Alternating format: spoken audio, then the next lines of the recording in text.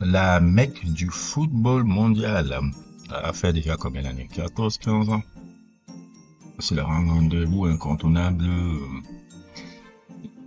fanat de football, le Real Madrid-Barcelone.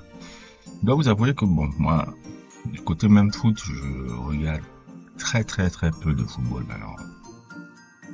Vous pouvez le sentir même, je regarde très peu de football. Très peu. Je dois même vous dire, avouer encore, je suis très largué maintenant sur qu'est-ce qui se passe sur le football, les joueurs, les trucs. Tu me demandes par exemple le 11 de Manchester, je peux même pas te dire que c'est, même le 11 de Real, je peux pas te dire. Bon, le Barça et tout. Alors qu'à une certaine époque, tu me demandais le 11 de beaucoup d'équipes, même d'équipes de Ligue 2, j'arrivais à te dire tout truc et tout.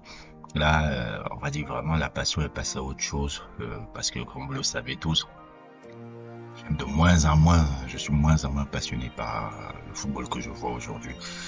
Il y a quelque chose qui est truc, mais globalement, le match d'hier était un très bon match. Outre le score, tout le truc, c'était un très bon match en termes d'intensité, en termes de trucs. Et comme je le disais au début, le Real Madrid-Barcelone, c'est vraiment la mecque maintenant du football mondial grâce à, faut l'appeler, c'est grâce à Mourinho tout ça. Si Mourinho ne vient pas en 2010 au Real Madrid, on ne crée pas cet antagonisme. Ça, vous allez me dire, oh, Barça, Real a toujours existé l'antagonisme. Oui, mais c'est devenu mondial à partir de 2010. Avant, c'était les aficionados de hardcore qui s'intéressaient à ces rivalités. Dans les années 90, il n'y avait pas cette folie du mondial entre le monde est divisé entre Barcelone et Real Madrid. C'était pas comme ça avant. J'ai connu la période des années 90 et les années 2000. Il n'y avait pas cette fascination entre Barça et Real. Il n'y avait pas ce truc-là. Et la plupart des fans de Real Madrid, ce sont des gens qui sont devenus fans de Real Madrid à partir de 2002. Enfin, il y a eu les Galactiques. La plupart des fans de Real Madrid, ce sont ceux qui sont devenus fans de Real Madrid à partir de 2002. Les Galactiques. Je parle de ma génération surtout. C'est ça. Avant 2002, il n'y a pas beaucoup de fans du Real Madrid. Dans le monde, en tout cas. C'était pas, les gens supportaient Milan AC, les gens supportaient, même Barcelone, les gens n'étaient pas tellement fans. C'était toujours des clubs comme Milan. J'entendais beaucoup plus Milan dans la bouche des gens. C'était pas, le Real Madrid, c'est venu en 2002. C'est venu en 2002. C'est là où les gens ont commencé à dire, ils ont un truc réel. Et Barcelone, c'est venu en 2005. C'est pas, il y a très peu de fans africains qui sont fans de Barcelone dans les années 90. C'est juste un fait. Les gens étaient fans de qui Barcelone à partir de 2005 avec l'arrivée des Ronaldinho et tout ça. C'est quand je regarde un peu le truc, les clubs phares qui étaient dans la tête des gens, c'était Barcelone. Et c'est en 2010 que ça s'est accentué justement avec ce Mourinho qui a su créer vraiment de l'intérêt parce que c'est Mourinho. Et même le Real Madrid, hein, qui a gagné 4 Ligues des Champions, là, c'est vraiment Mourinho. Hein. Il a facilité le travail pour les Ancelotti. C'est lui qui a mis les bases un peu, qui a fait que le club encore se restructure bien. C'est vraiment lui. C'est pour ça qu'il faut donner beaucoup de crédit. Et il est peut-être parti au moment où il allait voir le fruit de ses travaux, en fait. Et les autres, les Ancelotti et Zidane, ils ont un peu profité de ça. Et même Florentino Pérez le dit, c'est Mourinho qui a bouffé le boulot. Et cet antagonisme-là a fait que le monde maintenant est divisé en deux. Jusqu'au hier, je voyais des gamins, ils étaient en train de jouer au foot. Ils disaient, ah non, pro Barça, oh Madrid Star. J'ai dit, mais ils ont même pas 6 ans, 7 ans et ils ont déjà cette mentalité-là. Donc, ce qui fait que le football est un peu divisé dans ce deux trucs. Et je trouve un peu c'est dommage, un peu. C'est une bonne chose comme c'est une mauvaise chose parce que ça limite un peu le football sous ces prismes. Les gens ne s'intéressent plus globalement au foot. Ils s'intéressent seulement à ce genre de trucs. La culture club, c'est bien, mais la culture juste à travers 2 clubs sur le foot, ça me dérange. Parce que, et je dis aussi, mais c'est bien beau de supporter le Real et le Barcelone, mais il y a les clubs chez toi aussi dans ton pays, là, Tungut, ici au Sénégal, et c'est bien de s'intéresser au championnat sénégalais aussi. Ou au championnat camerounais, comme pour moi. Ou bien, je vais prendre encore un autre exemple. Par exemple, ce qui me plaît bien, j'aime beaucoup faire des parenthèses dans mes vidéos. Euh, Ce que j'aime bien chez certaines personnes du Maghreb, les pays du Maghreb, notamment l'Égypte, eux, ils n'ont pas le temps de Barça Real. Ils s'intéressent à Zamalek, à Lali et à tout ce qui va aller dans le championnat. Ils sont en contrebalance. J'avais discuté une fois avec un Égyptien ici. Il m'a dit, eux, ils sont en contrebalance de Real Barça. Eux, c'est Zamalek, Alali, c'est Alali qui est important. Là, je trouve que c'est une bonne chose. Il faudrait un peu que certains de chez nous, je m'inclus là déjà, Africains, on commence un peu, oui, à s'intéresser à Barça Real, mais on s'intéresse un peu aux gars locaux aussi. C'est comme ça après qu'on développe notre propre foot. Mais bon, c'est une culture qu'on doit apporter. Et ça, cette culture-là dépend pas seulement des téléspectateurs, mais dépend aussi des acteurs. Et même par exemple des gars comme moi aussi sur la page, que je vais commencer, si je dois m'intéresser au foot. J'ai essayé un peu au début de l'année passée à m'intéresser un peu à ce qui se passe au foot africain. J'ai commencé à faire 2-3 sujets sur ça. Mais essayer un peu de relayer tout ce qui se passe beaucoup plus dans le football du continent, pour que ça permette un peu aux gens d'y s'y intéresser aussi. Avec ma page et mes simples abonnés aussi que j'ai, ça permettrait de trucs, parce que toujours s'intéresser à l'extérieur alors qu'on ne s'intéresse pas. Vous allez me dire maintenant, bon, il faut que les gars évoluent aussi leur niveau, mais pour évoluer le niveau, il faut d'abord que tu donnes l'intérêt en fait. C'est un peu ça.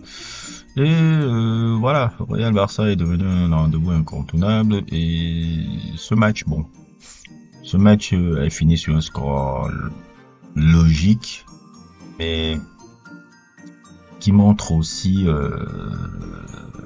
quelques lacunes que ce Real Madrid a par rapport à cette équipe de Barcelone qui est largement plus complète que notamment sur le problème du milieu de terrain, parce que le problème de Real Madrid depuis le début de la saison, c'est le milieu de terrain. La perte de Kroos, on va se répéter et tout, et c'est toujours la recherche d'un milieu de terrain créatif qui permet à ce que les gars de devant puissent proposer quelque chose de différent, parce que Camavinga est un très beau joueur, il n'y a pas de souci, mais il n'a pas la vista de Kroos. Tchouaméni, on a vu, le terrain ça ne va pas, maintenant on essaie de le mettre en défense, ça ne va pas aussi. Moi je vous dis toujours, ce joueur là il est très sous-coté, il est très surcoté, il est très surcoté. Je comprends pas les 100 millions qu'on a donné sur le gars. C'est même pas Pogba, c'est même pas tout ça. Un très bon joueur de football, mais c'est pas quelqu'un qui doit finir au Real Madrid. Maintenant, sa carrière, il est jeune, sa carrière peut me tromper, il peut finir comme Desailly. On ne sait jamais, Desailly avait commencé au milieu pour finir en grand défenseur central. Et Desailly aussi, quand il était venu au Milan, Berlusconi me disait, mais on a perdu Rijkaard pour ça. Et après, Desailly a fait une grande carrière là-bas. Ça peut arriver. On ne sait pas. Ça peut arriver que Tchouaméni fasse une grande carrière, on ne sait pas. Mais pour l'instant, ce que je vois, j'ai toujours levé les yeux, j'ai dit, c'est un joueur physique. Il avait une technique assez correcte, mais pas un joueur de classe mondiale. Et c'est un bon gars, hein. C'est un très bon gars. Je n'ai rien contre le mec et tout, mais c'est un peu ça. Maintenant, il peut nous prouver tort. Globalement, même quand je l'ai vu en défense hier, là, j'ai dit, le niveau est un peu trop haut pour toi, pour moi. Mais bon, je peux me tromper à l'avenir. Souvent, ce genre de joueur là se révèle à 27, 28 ans, c'est quoi. Et voilà. Donc, Barcelone avait eu, Rafinha a fait un match exceptionnel, l'attaque a fait un match exceptionnel, Lamine Yamal, bon, rien à dire, c'est un crack, parce que ce qu'on va dire sur lui, futur ballon d'or, 17 ans, on a l'impression que le mec a 15 ans de carrière, bon, emballer c'est pesé, le mec c'est un crack mondial, il n'y a même pas de souci, bientôt il sera ballon d'or, ça dépend seulement de la saison, du jour, et surtout des blessures. Parce que, comme je dis, on sollicite beaucoup le gamin là, on a énormément sollicité le gamin l'année passée, c'est pour ça que ces blessures que j'ai vues là, j'ai dit voilà, on a excessivement sollicité le gamin là l'année passée. Je pense qu'il faut un peu ménager ce gars là, parce que quand tu as un talent brut comme ça, qui n'est pas encore physiquement son optimal, tu ne le balances pas à tout bout de champ, comme j'ai vu là où il enchaînait match, équipe nationale, où on l'envoie même dans un match bidon, je sais pas, contre Chypre, ou je sais pas quoi là, j'ai dit non mais les gars, bousillez pas le gamin là, c'est tout ce qui est dangereux avec le physique en fait. Et son physique là, si on le protège un peu mieux et tout. C'est ce qu'ils avaient même fait avec Messi un peu dans les années 2000. Se rappeler un peu. Messi, il avait beaucoup de problèmes de blessures. Il commençait à se blesser, on a commencé un peu à le ménager un peu. Pour ne pas trop le bousiller et tout, et que le talent brut là ne puisse pas s'exprimer. J'espère qu'ils feront la même chose avec un peu lui. Et aussi, il faut noter, malgré le match perdu, que Kylian Mbappé a fait un très limité à discuter d'un truc. C'est-à-dire que je ne veux pas être seulement spécialisé, mais je veux globalement parler un peu tous les éléments qui font la pop culture et de manière beaucoup plus explicite un peu. Ça a toujours été mon objectif de faire des trucs comme ça, parce que j'ai remarqué quand dans le YouTube Afrique, il y en a presque pas.